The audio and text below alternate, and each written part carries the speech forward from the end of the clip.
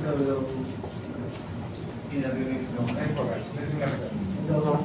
good afternoon. Yes, Ross De Rosario from Wasa Pilipinas. Before I used to work for the United Nations, so among the duties na ginagawa ko, the roles is, ito nga, to coordinate with, contact with government agencies.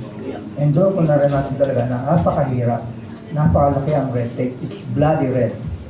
So, I am impressed at ginagawa ninyo, and I was going to ask questions on mga success stories, pero Secretary Perez already mentioned it, pero I really want to know specifically yung success stories, ano yung timeline, how long it took, and ano yung mga nag-challenge, saan kayo nahirapan, saan part, mahirap ba yung coordinating with a specific member or department, so ano yung success stories, and then how long it took, and then ano yung naging challenge nyo? Minsan mabilis, of course, admittedly, minsan matagal to, no? It depends on the nature of the concern raised to us. But we have gathered success stories that fully documented naman to. But, take for instance, hindi ko lang babanggitin, there's this issue with the Bureau of Customs. Yung kanilang supplies, imported materials, have been pending in the Bureau of Customs for months. At nagkaroon po ng risk o danger na baka matigil ang operasyon ng kumpanya na ito. So what the head of that company minexis po sa akin, binigyan ako ng briefer why the importation of goods are being held in customs. And knowing and convinced that they have a valid case, I simply forwarded the message to the Bureau of Customs Commissioner. At inaksyonan po ito kagad.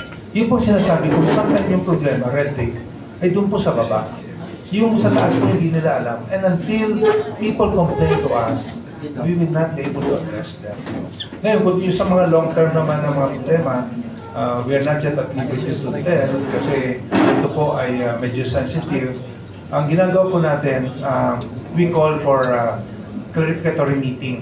Not only with our Data Regulations Office, kasama po natin yung legal department. No? And we try to call all the parties together. Ang kagandahan po ng ARTA is we have that mandate to interconnect government agencies. At we're talking of all national government agencies, even local government units, state universities and hospitals, government corporate owned and controlled corporation. We can call them for a clarificatory meeting, all the agencies involved, and we address, we try to discuss the problem. And of course, we do not just go to the meeting without being prepared for it.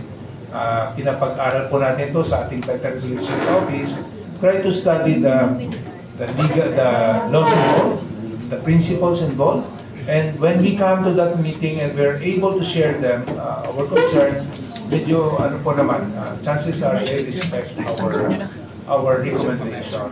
And marami pong success stories, and you can visit our website. Doon naman ay nakalagay doon. Pero ito po, continue po yung ating effort. Alam natin na yung battle against red tape is a long battle. It's a continuous process. But we try to address this one at a time.